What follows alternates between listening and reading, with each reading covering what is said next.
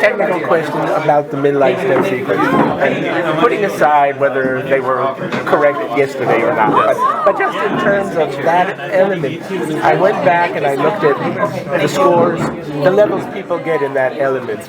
And you know, the top teams, you get 4s in the lift, you get 4s in the twizzles, and you get 4s in the other elements. But for like several seasons, it's 1s and 2s, occasionally a 3, rarely a 4. What is it about that element that it's so hard to get the 4? On the side by side, and the mid and the midline step. What is it that makes it so hard to get the 4? I mean, is it structural in the rules, or is it in what they expect of you? Question. I think that there's a lot that is required in that element. It's a long element. It's an element that's about 30 to 35 seconds, and it's required to stay really close, to have a lot of power, to dance a lot, and it's a non-touching element, so it needs an extreme precision. So I think that is harder to maybe get the turns clean, 100% clean, because there's a lot of things that are required to parallel for that long of a time. To put you just a little on the spot, do you think maybe that element is too complicated? There's just too much stuff they expect in one element? No, I think it's a nice challenge.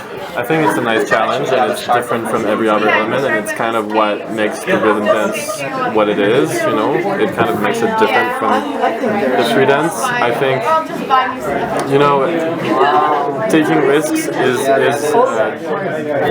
risky on this element, particularly. No, that's no glory. Because the more speed you take, the hardest it is to get a clean turn. And the hardest it is to stay close.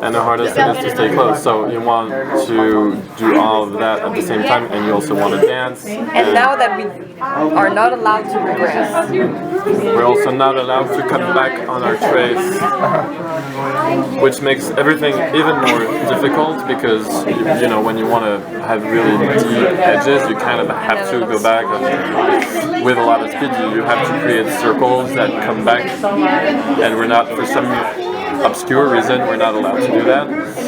So it just makes everything very complicated, you know. But it's not impossible, and we're aiming for level 4. I think it's an element that's very good for the public. I think it's an element that uplifts. When you watch it, it's impressive to see. It's good for the photographers too. It's good for the photographers. We love step sequence because there's so much to shoot, and so much interaction, and so much facial expression. That's true. You know, we singles and pairs and dance. We love shooting step sequences. Thank you. Thank you.